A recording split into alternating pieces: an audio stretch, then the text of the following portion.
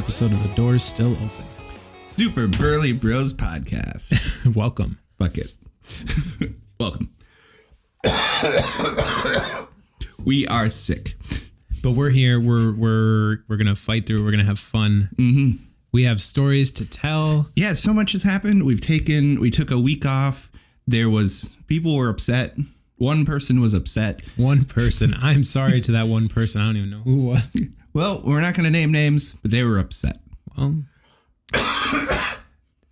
we're back. Was it David? No, it was Laura. Oh. She was upset because it was on that Monday. She was like, every podcast that I listened to had a new episode except for yours. Yeah. Well, you know. And that's why I was like, can we have time to throw up after dark? And we're like, no. No, not going to happen. Not going to happen because you had to go to Vegas. I had to. It was my birthday and yay. See, if we had that see, that is where it would be. You know, they don't care. We got to make moves sometimes and something. Yeah. Basically, we would have had a device that would let us put in all of our sounds, but someday we might have it. Someday. Yeah. But more importantly, my time out in Las Vegas, it was fun. It was it sounded like it was a interesting journey. Why don't we start there? Yeah, okay. So back in the beginning, Monday night, we were supposed to fly out of Minneapolis at about 5:00. But our flight was delayed, so we hit the airport bar. No big deal. As many do. And our terminal wasn't too far away. So we're like, okay, cool. We were checking our phones, making sure we were getting any updates to see if the flight was coming in early or if it was still delayed. Mm-hmm. And walked down to the terminal thinking there was plenty of time, but there was no one there. And usually that's a sign something's gone horribly wrong. And I look down, out the window and I can see the plane is still on the tarmac. And I'm like, okay, cool. Well, but the door's closed. Okay, let's find somebody. Jackie's fuming drunk. And she's like, this is not acceptable. I'm like, hold on. Let's flag somebody down and not rip their head off because it's not their fault that we were drunk and, not making it to our flight. Yeah.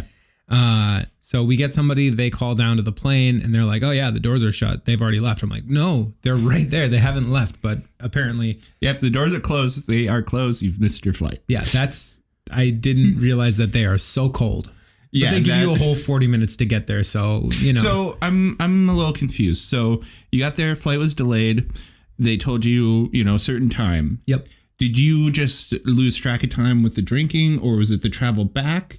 That you missed that time frame, or did they bump up from their delay to an earlier time and you just weren't aware? I'm wondering if they bumped up, but I think that Jackie was looking at the time that the new flight was going to be departing, so she was thinking, rather than the boarding time. Oh, okay. So we get to our terminal 10 minutes after boarding ended, just in time to be like, oh, there they go, they departed on time. So there we were, just hanging out. And she's one upset because Wayne Newton canceled his show. Mm-hmm. And the next one, we immediately got onto another flight. Yeah. They were gracious enough to be like, oh yeah, let's just put you on this one. No big deal. Mm-hmm. It leaves in 4 hours. So we're just waiting, sitting at the airport. And she's just like, this is not okay. This is bullshit. They should have done this. They should have done that. I'm like, we shouldn't have gone to the bar. Yeah. We should have gone straight to our terminal, checked in, saw any updates, talked to anybody, and then, gone to have a drink. Mm-hmm. You live and you learn. So I'm going to back up again here. Okay. Given what you had just said. So did you get through security, see at just on the big screen that it was delayed and immediately go to the bar? Or did you go to the terminal first, get a sense of the situation, and then go back to the bar? We did neither of those. Okay, what did you do? We saw on our updates that we were being emailed from our flight saying that the flight's delayed, it'll be leaving or boarding. I don't know if Jackie noticed. I wasn't looking at any of this. I was just along for the ride. Whether it said boarding at 5:15 or leaving at 5:15, I don't know what she was seeing. Okay. But knowing that it was around 5:15 that we were supposed to do that stuff. And we got to the airport like good people 2 hours before. We went straight to the bar. Oh, okay. So gotcha. From now on, I'll live with that fear. Like I can't do anything. I have to go straight to the, the terminal, check. Okay, we're leaving at this time, or the gate. Sorry, not terminal. The gate. That we're leaving at this time, and that's what we know. And then we're gonna find the closest watering hole. Yes. If at all, like you don't have to fly. I don't need to fly inebriated. It's just if you got downtime, it's a fun thing to do. Right. And it was vacation. It was my birthday. And so that was the start to our evening, where we not only didn't get to see Wayne Newton, we lost the Neon Museum tickets that we had purchased to see as a contingency plan. Instead of seeing Wayne Newton, we were going to go to the Neon Museum, hang out there, and hit up a dispensary before. And more on that. Oh yeah, I forgot about that. I'm excited. So we were just, kind of bumming around, and then when we finally do get into Vegas, it's around 1 a.m. local time, and we're like, what the fuck do we do now? We just kind of walked around our hotel. I think we tried to find something to eat. And then tried to sleep, couldn't sleep, went down to the casino, won a little bit of money, and then tried to go back to sleep. But the first night was just god awful with sleep. Yeah. But I think that's normal travel jet lag. Now I've not, actually been able to spend time in Vegas yet. Does the whole town basically just operate 24/7, or like, is it where, it's 4 a.m. Is there just nothing to do, or is like the casino still open? There are people in there and they're serving drinks and everything still, or is it like there's the slots open, but it's not fun? So from what I was, when we were walking around, there weren't people serving drinks around. I think there was still like a bartender out there, but for the most part, we were just walking around. The casino is much quieter.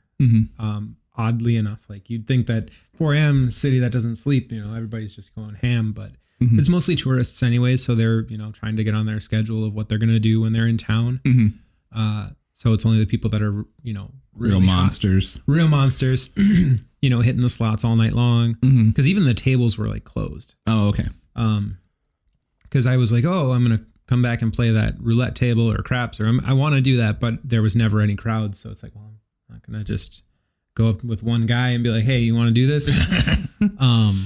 So yeah. And then most of the convenience stores were closed. There's one, I think, in our hotel that was like a 24-hour convenience, which had, flight stuff. If you were flying out early in the morning, they had the neck pillows and some water and chips and stuff. But as far as like the big shops that have souvenirs and booze, they're pretty much shut down at the, by like 11. Oh, okay. So that was night one. Night one. Night two, day two was just a whole lot of walking, like more walking than one person ever should do in Las Vegas, especially like even if you're working out, you shouldn't be walking up and down the strip. There's a bus that's $5. Well, it's like 16, but it's a 24-hour pass and you can just ride it up and down Las Vegas Boulevard. No big deal. But no, we, even as seasoned pros, we've been here, this third or fourth time. We're like, nah, we'll just walk. So we walk pretty much up to the dispensary that we were going to go to, realized that we couldn't finish our walk. So we had to walk back to a hotel where we could get picked up by a shuttle from this dispensary. And it was fun. Every dispensary that I've been to is like, it's super weird. Yeah. So you're like, this is illegal, but it feels illegal, but it's legal. Mostly because it's just like cognitive dissonance. Yeah. And, so we picked up a container, a baggie of these, 10 milligram edibles. Okay. They were pineapple flavored. Like gummies? Like gummies. Yeah. Okay. And, they're 10 milligrams each. So there was 100 milligrams total, but the caveat is plus or minus 15%. Okay. So you could have a 15 milligram or you could have, well, like nothing, essentially. And they were strong. And I was thinking that, well, the plus or minus, it would give you either like an 11.5 or 8.5. I suppose it could be if it's a total plus or minus a percentage of 10%. Of 10%. Yeah. Just to be clear of how math works. Thanks, Aaron. Yep. Go on. Well, it was a strong 11%.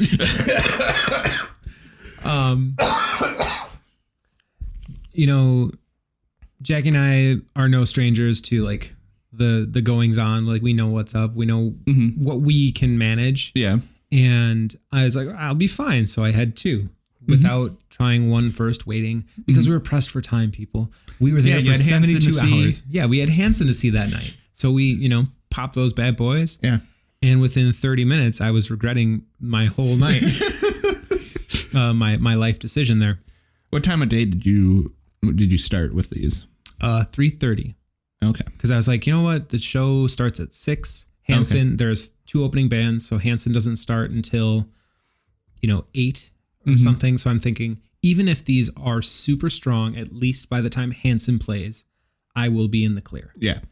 And fortunately, that was the case because, during those several hours up to the concert where Hanson performed, Jackie had several panic attacks and almost passed out 2 or 3 times. Nice. As while I was, riding this wave of, you're going to be fine. Everything's cool. Don't worry.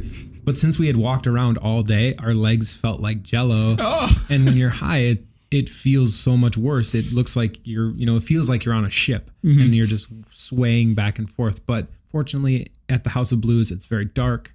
People were drinking a lot. Yeah. So you just blend it in. Yeah. It didn't look weird, except for the fact that the show was pretty empty. Really? Yeah, I mean, that's a bummer. Or is it like the club designed that way, or no? So it was definitely a smaller selling crowd because there was so much floor space in front of us. But fortunately, like we were right against the soundboard wall. Okay, so we were just leaning into that and kind of taking breaks, getting lots of water, and whole lot of water. But I mean, eventually we got through it. It was an experience. You're gonna say ordeal. It was, for me, it was experience. I don't know what Jackie really thinks about it, but she promptly said, we're throwing those fucking things away. Like we're not even, we're not trying to bring those back. Like those are just going straight into the garbage. I don't even want to touch them anymore. Aw. And did you both do 2?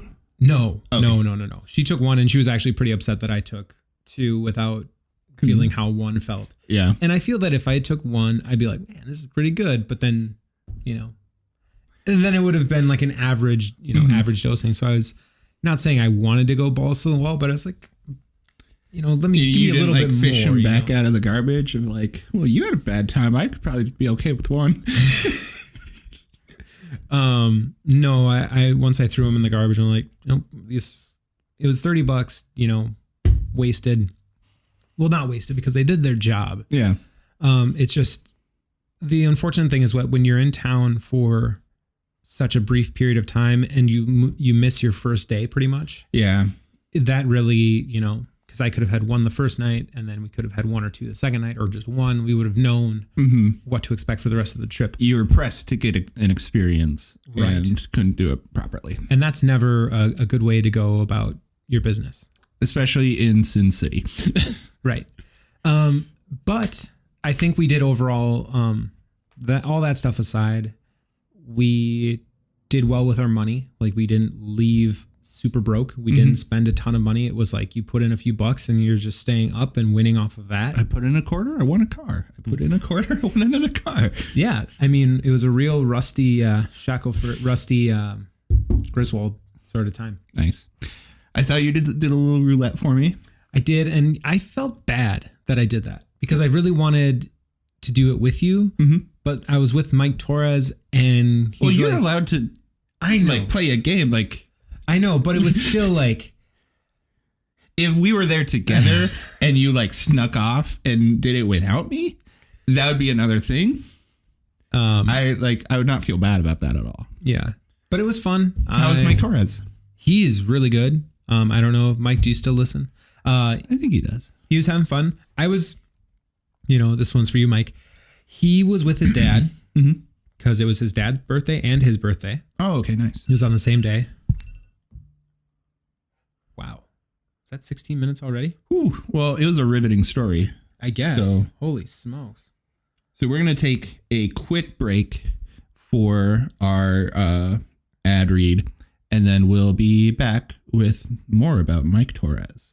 Yes. And we're back. We're back. So Mike Torres and his dad share the same birthday. Nice. And when... It's convenient. When we met up with them on our second day as we were walking up and down the strip, I saw he was with his dad. And, I didn't know what the situation was. So I'm like, oh, okay, you're with your dad. I don't want to intrude on family time. Like, I didn't know because he told me the next day, like, oh, no, we go into a casino and then we just split. So I was like, well, shit, we could have, like, hung out, I guess more. But I felt that, it's family time. I don't want to intrude. Yeah, for sure.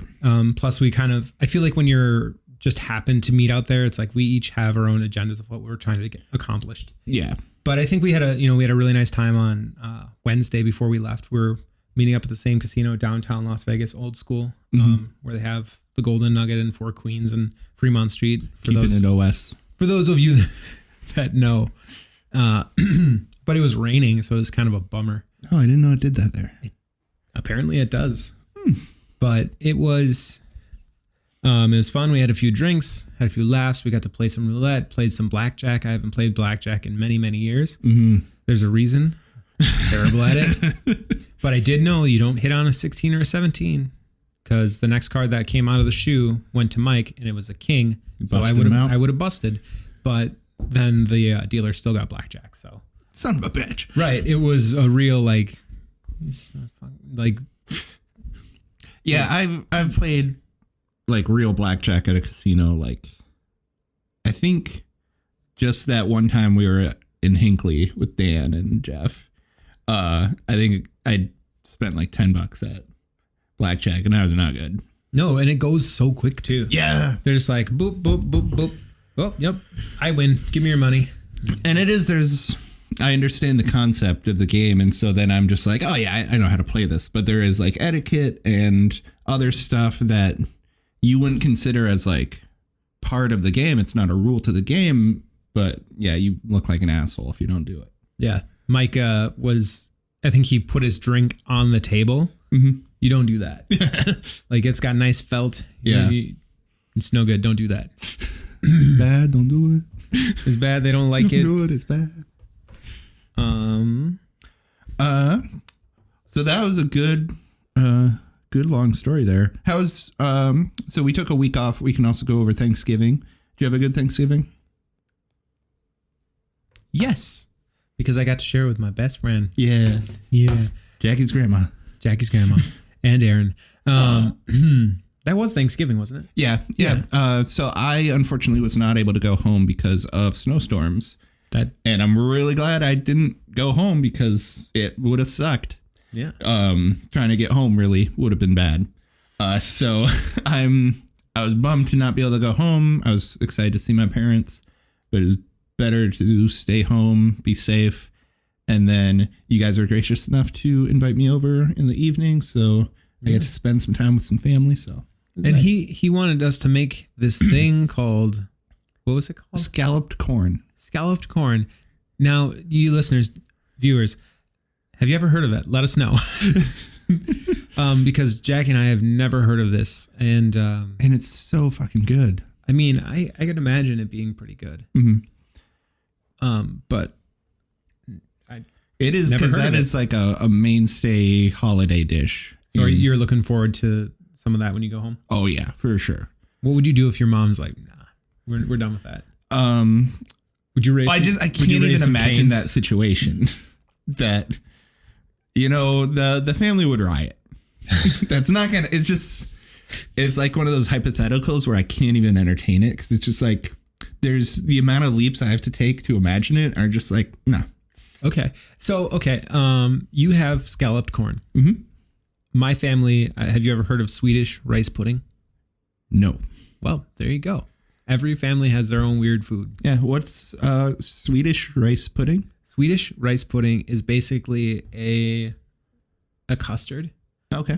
And on top, it's sprinkled with cinnamon. So it has that, custardy, creamy. And then at the bottom, there's cooked rice that just kind of sinks to the bottom.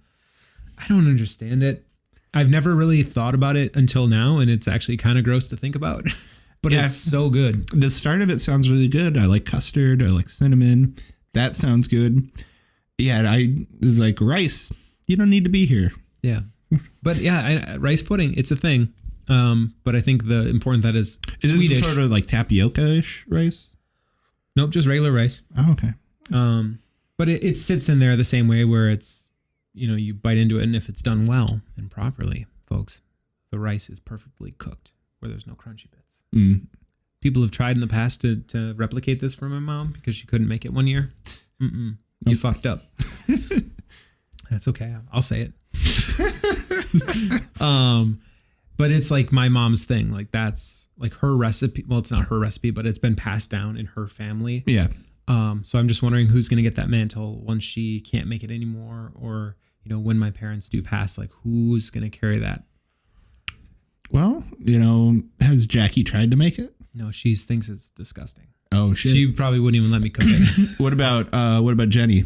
I think she might try it. I think because they have a kid, so I imagine that they're going to really want to carry on a lot of those traditions for her. And not to say that cooking is only that I went to the women right away. Have you tried to make it, or as Dan or Dom as well? No, but my dad did try and make it, and he didn't do it so well. I think what he did was like, oh, it's Christmas, I'm going to put a little food coloring in there. You don't do that. You don't play with our family's like traditions. He learned, but I think he was a young buck. Yeah. Back then he was trying things, making moves, but didn't work. But speaking of food and Thanksgiving and all this other stuff, yeah. I think it's time for just a brief check-in. Yeah. With what we've been up to and how you've been doing with your end of no carb and working out and things. I'd say I definitely could be doing better. I feel like since Thanksgiving, I've been a lot laxer. I've still been pretty good with keeping the intermittent fasting during the day. And really, I think what it's helped more with is keeping me from eating later at night, and just making sure like I do kind of still keep that 8 p.m. cutoff of like there's no reason for me to be eating past 8. And so I think that alone is useful, even if I might have some nuts at 10:30 or something like that at work, and I'm okay with that. It may not actually be keeping the intermittent fasting going as long, but I think just alone don't eat a meal at 10:30.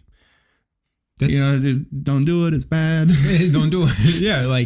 Don't feed the gremlins after midnight. Don't feed yourself after 8 p.m. You're just going to go to sleep in an hour or so. Yeah. I think I'm not pressing so hard in no carb since we're out of November, but it is still continuing low carb. And I think it's been really useful for me in just kind of looking at the way I eat. And it's something I'm conscious of way more often just as I'm eating. Like I might be like, okay, this has this. It might be something that, in November I may have been like, oh, I can't have that. Can't have it, stay away. But now I'm like, okay, I'm aware of what I'm putting into my body and be like, all right, so we can stop it here because I know what this is. And it's really just made me a lot more conscious of what I'm eating. That's really good. I mean, I think that is a great takeaway from it. It's like just being more aware of what we're putting, in us. Mm-hmm. And the whole time we were out on vacation, we were splitting everything. And since we had walked everywhere on Tuesday, and since we left Monday in the later evening, we didn't have a ton of time to fall off the wagon with eating a bunch of crazy food. Yeah. And I came back, I think pretty much stayed the same with my weight. And then after a really big poop, Jackie was back down at her weight. That's good. She was really concerned for a minute. She's like, how did I gain 4 pounds? No way was it 4 pounds. It was like 2 pounds. Jesus. That still might be too much. Definitely too much info, but poop's funny. It is funny. It always gets us there. But yeah, like I'm very happy with what we started in November. And like I said, I'm just knowing who I am and like how often I've quit on things. I am taking it pretty slow and like kind of lax. Mainly of just focusing on like, all right, let's just try and do this and change like one behavior at a time. Mm-hmm. And so like, I'm still fat, but I do think I'm losing weight. And I think I've started to notice a little bit. Like I've told you, I've noticed it with just like my belt primarily to start. And I feel really good about that. And, you know, healthy weight loss or like normal people's weight loss usually is like, you know, a pound a week or something like that. So with the weight loss that I would need for it to be like super noticeable, it's going to take a while. So. Okay. I'm really happy with where I'm at. Yeah. And you've got a new toy on the way. I've got a new toy on the way. You've already got a new toy here. I've been loading up on toys. I returned my bed. So there's some give and take. Mm-hmm. The Sleep Ovation mattress. This is a non-review. That can be a review. I don't give a shit. They didn't pay me. Well, they did when they gave me my money back, but they finally did though. Yeah, it started. So I think it's the process of returning. Okay. Or it's like they've said like, okay, we're refunding you this much, which was like the full amount. And it just hasn't actually hit my card yet. So, yeah, the mattress it's really soft. It's crazy soft. I would just say too soft for me. That I ended up, again, some of this is from me being heavy. I felt like I was like bottoming out on when I'm like sleeping on my side. If I like moved in a certain way, you could feel like the bottom of the bed. Yeah, I could feel like.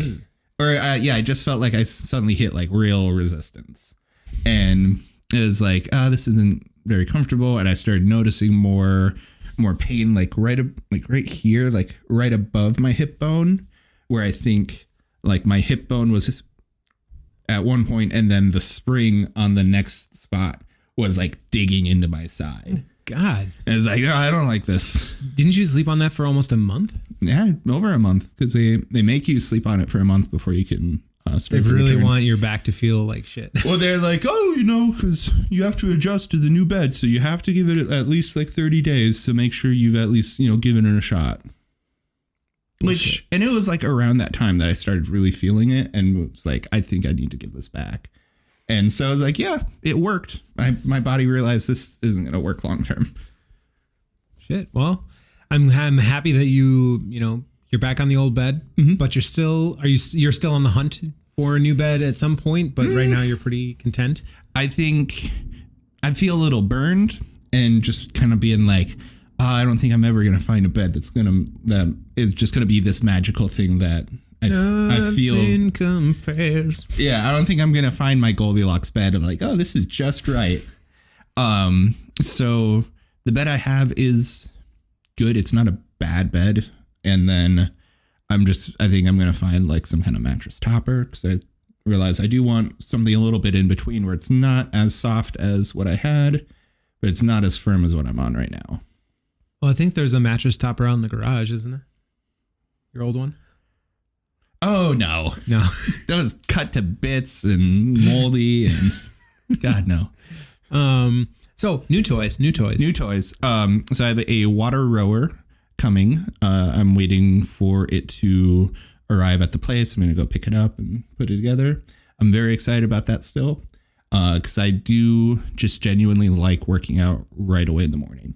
That's been something I've been able to consistently be doing, of like, take my medication and start working out, and just like no preamble. And that's what I hated about working out. That's why like I don't like gym memberships, and just this all like, oh, I gotta put on, I gotta take off my clothes, I gotta put on workout clothes, I gotta put this and that on, I gotta drive to the place. There's all this lead up of like, I don't I don't want to work out.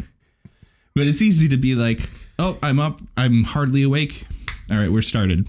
And that's where I should have stayed this morning because when I woke up, it was like 7. I fed the dogs. Jackie slept downstairs because she just needed more sleep. And I'm like, all right, I'm going to go to the gym. And then the dogs came back to bed and I'm like, a little bit. Next thing you know, it's 10 o'clock. I'm like, fuck, I need to go to the gym right now. So I got my stuff on and then I'm like, this isn't enough time to have a proper workout. I have to go to errands and record. So here I am at, 1 o'clock in the afternoon on a Sunday. Still haven't worked out. Yeah.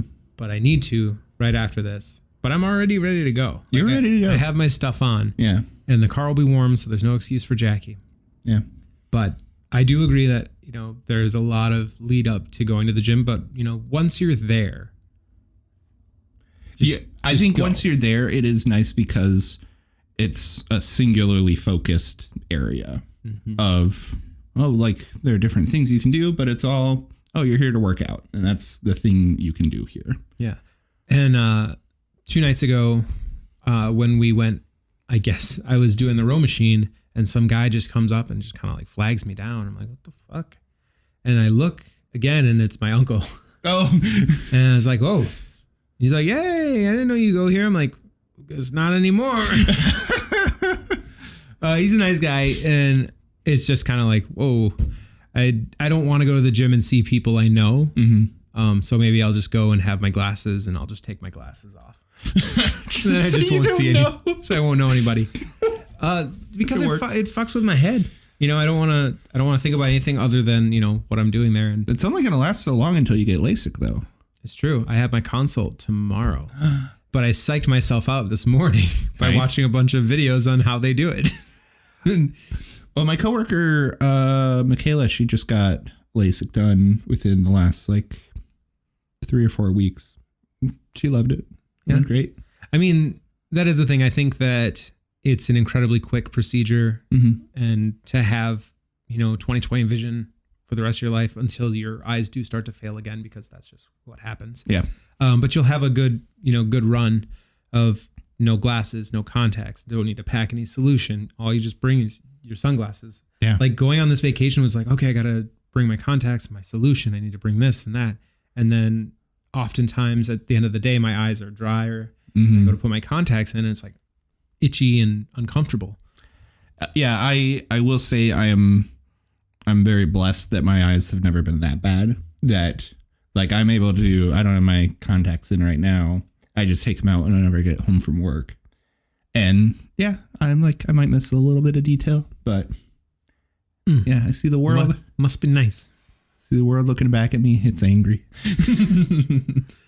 But I'm excited for you to have that reality as well. Yeah. I mean, to think of waking up and seeing across the room. How long have you had glasses that would has your vision been to the point where you can't see without your glasses? No, I mean, define can't see, because I can see everything is just real soft. I would not be able to read that says flyleaf on that. What the fuck? Someone ripped off. What is? Those are the CD little barcode stickers. Barcode stickers that kept them closed from somebody's speaker from who knows when. Yeah. When flyleaf was a big deal. But yeah, I definitely wouldn't be able to see that. Would you be able to read the thing over the door? I'm just trying to think of what it would be like without my contacts in. I don't think so. I think if I squinted really hard, there used to be a time where I could squint a little bit and I'd see it, but now my eyes are almost closed when I can focus. Yeah. Okay, because I read that without issue. Yeah. So I mean, I'm excited to take this step. Yeah. I just have to figure out how much it's actually going to cost. If that cost is worth it, I think it is. If I think about how much I've spent on contacts, glasses, that whole thing, and then the convenience of having your eyes fixed, it just sounds very nice. Yeah. So I'm pretty willing to, pay this price. Sounds good. Well, like I said, I'm excited for you to have that reality. It's nice. Yeah. I just can't. Yes. But as for the things I've been spending a bunch of my money on, aside from the row machine, I also bought a new synthesizer and drum machine after I sold my current synthesizer and drum machine. Oh, okay. I thought you said you bought another drum machine. No, but it's all in one. It's all in one, which is nice because it does both things, and it does both, I think, better than the two individual machines that I had. And it's smaller. It's called a OP1 from Teenage Engineering. They're not sponsoring this, but it is freaking cool. It is also expensive. I'll just let you just go for it. Yeah. Well, without getting too crazy into it, it's basically just, it's a synthesizer and it's a drum machine. It's got a sequencer. It has you can sample with it. It does 4-track recording, and it's just a lot of fun. It's also like that big. Yeah. It's like a big candy bar. Yeah. I like how mobile it is. I could, sit in bed and play with it. I'm all about being able to do that with things. The more you can sit in bed and play with it, the better. Yeah. The same thing with the Switch, the Nintendo Switch. All the things I like, music, video games, they're just tinier, but they look cool. Yeah. And what because he showed me this before we started this show, is how dense it just feels like a well-crafted piece of machinery. Mm-hmm. And it's very no expense. And there's nothing worse than having something that size and it feels cheap. Yeah. Like there's nothing about that I was able to feel that felt cheap or flimsy and like, oh, this will probably snap off.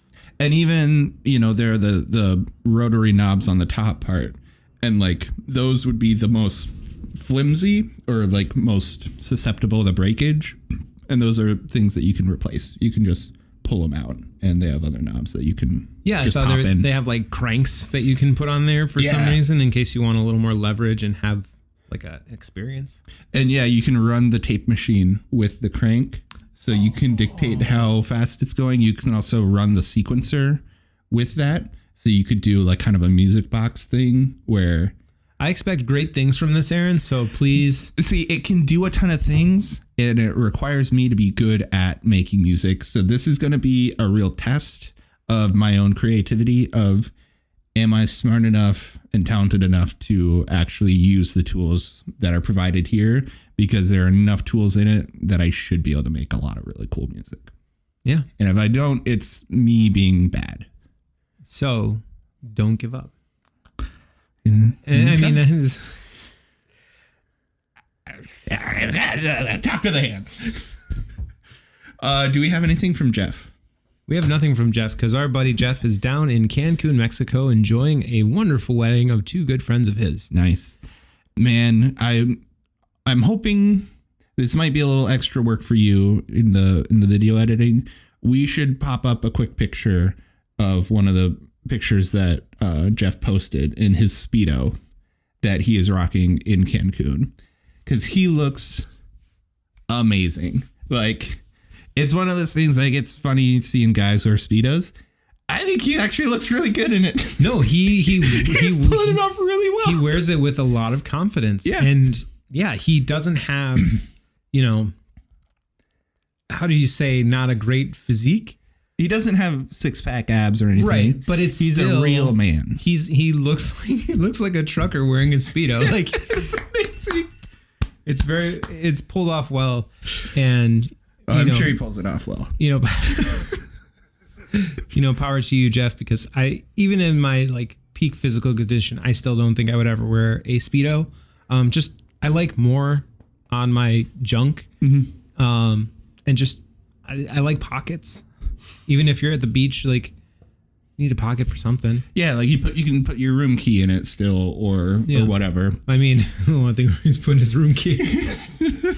But yeah, it's well done, Jeff. Well done. Well done. We applaud you. Should we do a quick break? Yeah, let's do another quick break. All right, break time. All right, and we're back. I like how your snap is like the way you snap to your dogs too. It's like, you start now. It is just what I know. And you got good snaps. Hard work and dedication to the game has led me to these snaps. Yeah. If you want to snap like me, sign up for my 6-course workshop. And on that note, something different. So we have an exciting Super Burly Bros exclusive from one of our correspondents in the field. You all know coworker Lisa, who championed the review of the Squatty Potty bidet, I believe, which was amazing. We have a new review from Lisa. So just to give a little background here, a few weeks ago, it would probably be early November, actually. I had been on Facebook and saw just one of those weird random ads that was like, why did this show up? And it was for women's heated underwear. And I just thought it was funny. It's heated underwear. And so I think it was just one of those things where I'm like, this is funny. And I sent it to a couple people. One of those was to Laura at work. And then the next day, she like brought it up of like, we were having a laugh about it together. And then Lisa had walked in right at that time. And I was like, I'll show Lisa. And then she agreed that it was funny, but was also very intrigued. And informed us later that night that she had purchased a pair. Just on the like, yep. I want these in my life. Yep. Winter's coming. Winter is coming. It is here. And who's laughing now? Not Lisa. Not Lisa. No. So after, I believe it was like $50. Jesus. And a long wait through customs, as this product was coming from China. We have a review on some heated underwear. Take it away. All right. So she has a lot of thoughts. Her first impression was, oh, crap, this is from China and it arrived late. This is going to suck. Because it was one of those things where, so it arrived with only Chinese instructions. There was no English stuff for it. No English side. So her bullet point review, ultimately, I was in love with the package when it arrived. It was actually, she sent a picture to Laura and I. It was this actually, it is kind of cute if you're, into girly stuff. It's like this pink package and it opens up and it's got like a heart cut out and like the packaging is actually pretty well. Sounds like the underpants are soft, stretchy, and fit well. They are as pretty as you could hope for a pair of granny panties. But because they are fairly large. But everybody, like they say in Zack and Miri, like everybody has a pair of those. Mm-hmm. And, wouldn't you want maximum coverage on your tuchus there if they're heated? Yeah. You don't want to be wearing a string thong and like, oh, it's the front part's warm. Yeah. Now, it's interesting that you brought that up because in the initial buy, I think the hope was for it to be heated throughout. To heat the butt and the front and everything. So these actually only heat the front. They're more at the top. Apparently, they're more for like menstrual cramps. Okay. Still a useful tool. Still useful. And so it has, it's just like a heater in the front part. And it has, I guess, some lacy pockets to hide the battery for it. Okay. Among other things. if you want. So it has pockets. They're lacy. And instructions are all in Chinese. Her husband had to somehow translate them. I'm not even sure how he managed to do that. Yeah. Like Google? But how do you Google, like, maybe you take a picture? What does this, sign mean? And you have to, like, it's kind of squiggly. And then it's got 3 lines here. Like, what I wonder is, how much translating do you actually need for a pair of underwear? Like, you put them on, you see a battery pack, and I assume there's a little plug-in. Mm-hmm. You connect those, you throw in your AAA or AA or C cell battery, like whatever it takes. So I think it has its own rechargeable battery, but apparently to turn it on, you have to press the button 5 times I think that we would get that nowadays. We would get that now, but it's, that's not actually intuitive. Fair enough. And I guess it has other heat settings, so it's probably a 3-click for that. So it's like your vape pen. Yep. Pretty standard vape pen settings there. Yep. Heat is really nice. Highest setting automatically switches back to lowest after 5 minutes. Can't burn your front bum. Yeah. That's a good call. That's, good, but I'm sure it could be annoying if you're just wanting the heat. It goes up to like 122 degrees, I think it said, though. So you probably shouldn't be having it on that high for that long. And that's probably why they have that. It was hand wash only. So I don't know what to make from that. Well, I mean, most of your delicates, if they're quality delicates, you would wash them by hand. You wouldn't throw them in a machine. Yeah. Or you have a gentle setting. That's true. And she was also the first one to leave a review for this. So this was an entirely unreviewed purchase. That's a bold move. It's bold to spend, I think it was about $50 and then wait several weeks and have it arrive and actually be pretty decent. That's a win. I wonder, is it possible for you to not reverse, but flip them around so that the heated element is in the backside? I had the same thought. I brought that up. Nice. It sounds like it is possible if you are desperate, but it sounds like just the way it would fit and sit on you, you'd be like sitting on the battery, which is probably not very comfortable. But your butt would be warm. Yeah. And I mean, so it sounds like there is a market though for a heated butt underwear. Yeah, I'm kind of surprised that we've been looking for $1 million idea. This just might be it. Yeah, we'll have to do a little bit more market research. Make sure there isn't other competition that's already filling this void. But this might be the future of Super Burly Bros. I'm delicates. I like it. I love it. And her final thoughts are, my favorite pair of underwear is now a pink lacy pair of granny panties from China. Nice. That are battery operated.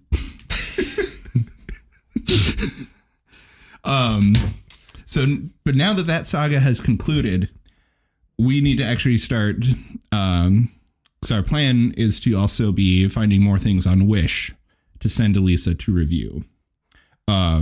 And it sounds like she might be interested in being a guest on the show as well. So all right, maybe we'll have her in for the next review. Probably be better off to not have her review underwear in person. Right. That'd be awkward. Right. We need to, Yeah.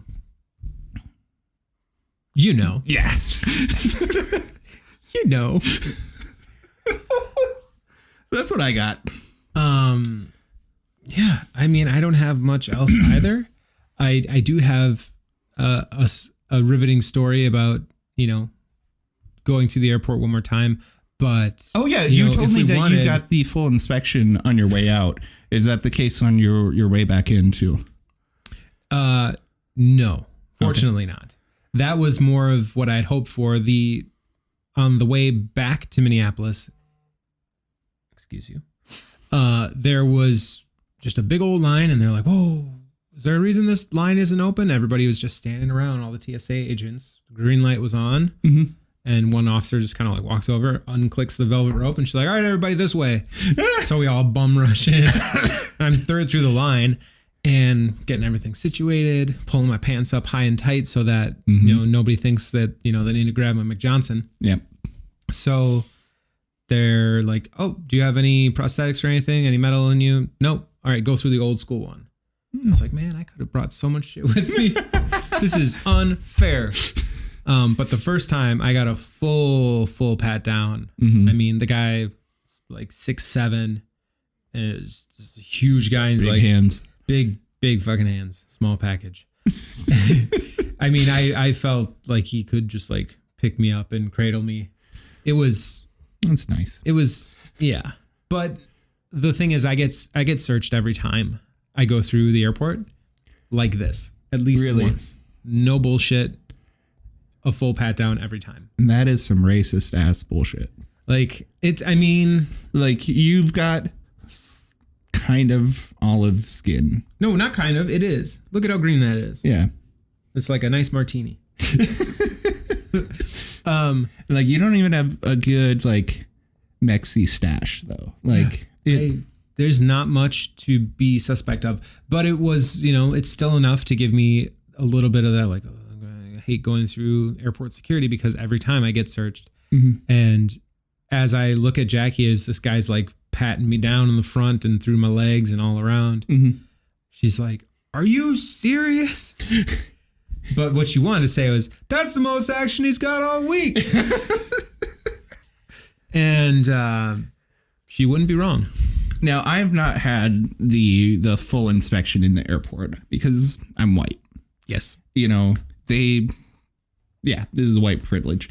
So it sounds like these pat downs are a lot more thorough than, like, when you get patted down going into, like, a sporting event or into, like, a bigger concert or something like that. Is that correct? Yeah, they have you spread your legs real wide, pull your pants up, and then they just slowly go up and around your legs. Do they cup, just to be sure? They go, yep, they, like, cup around, feel in, go across the front, kind of dig into any little crevices.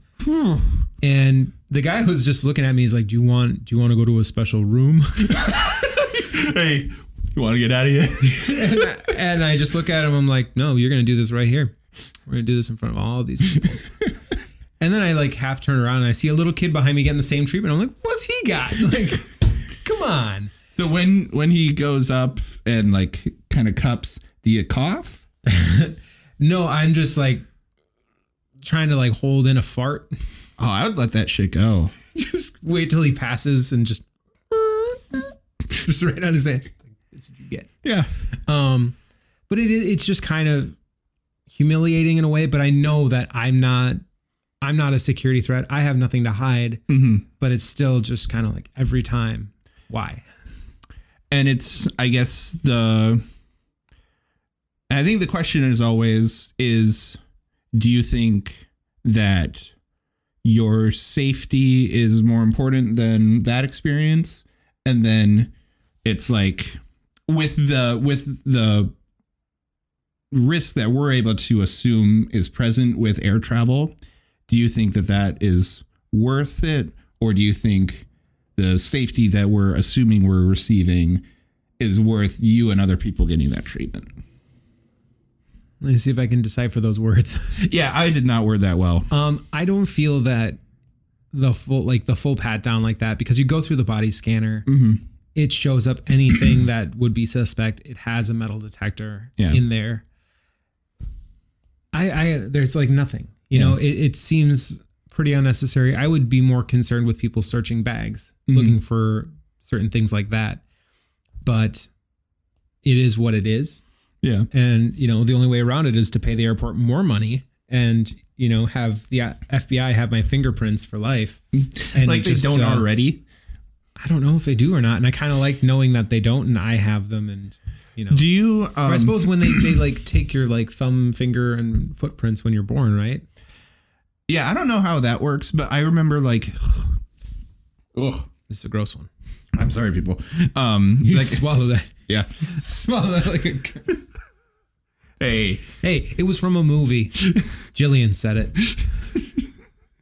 But like I remember it was in some elementary school at one point, like we had like our officer friendly thing. And then I think I was young, so my memory is rough. But like, I feel like there was one time where we took like a field trip to a police station. And then they're like, oh, we're going to like, let's fingerprint everyone. Just like, oh, it's like you're a criminal. But then it's like, oh, no, you've just gotten me to give away my fingerprints without understanding the implications of you can have that record forever. That is. And like, as a child, you're like, no, cops are, they keep us from the bad guys. They don't hurt innocent people. And then you get woke. Yeah. And you're like, ooh, it's the other way around. And yeah, it's like, oh yeah, you coerced unaware children to give up their fingerprints because you were like doing a bit, but now you also still have those. I mean, again, like I've been fingerprinted plenty of times. I've had bank jobs. I got fingerprinted for my current job. So like, whatever. But right. And that's the thing is I don't think that I'm at any risk of, like I don't have a problem giving that stuff up because I'm not a criminal. Do I think that the government is going to use my fingerprints for something else? I don't think so. I'd hope not, but I guess I wouldn't put it past it. I wouldn't at all. And that's not to say that I don't consent Making a Murderer. I do consent to doing the fingerprint for jobs. And, I know the FBI, I'm sure, is able to get that. Yeah. You forget, though, I live down the street from the FBI. I don't think I knew this at all. Yeah. Remember that time we were drinking and Probably Jackie not. said that we live down the street from the FBI? No, I don't remember that at all. Yeah. Well, apparently we do. And I drive past it all the time now. And I'll take a picture. Not while you're driving, I hope. No, because it's actually on the corner, like at the end of there's a stop. There's an intersection. That's what it's called. An intersection. And you can drive past and like, you can see the sign where it says Federal Bureau of Investigation. Interesting. Yep. Is it like, would it be on like my drive when I go to your house? If you took 94 to 694. Oh, okay. So if you go up the long way instead of taking 100, yeah, you would find it. But let's see if we can pull it up here on Google Maps. I doubt. Ooh, I see the last thing was a pizza place. Yeah, Jackie had a real big craving for pizza the other day. Mm-hmm. Fortunately, we did not give in. We were strong. I gave in last night. You gave in? You did it? I got some luce in the fridge, so must be nice. Yeah. I'm still bitter at them for not delivering to our house anymore. It's our neighborhood's fault for robbing a delivery guy. Like, who does that, by the way? Oh, weird. It doesn't show up. Typical FBI. But it would be in this. Oh, wait. Yeah, right there. Oh, shit. Yep. I didn't know we were down the street from Langley. So, I mean, it's pretty... Or is that CIA? Or is it both? I don't know. It's probably both. All I can think of is that Boxcar Racer. Or was it Blink-182 that sang about that? Probably Boxcar. I think it was Boxcar. But anyways, that's deep in the woods, weeds. Yeah. Weeds. Reeds. 2020. Hopefully. That's all I got. That's all I got. All right. Well, I think that'll be it for today then. Keep it spicy.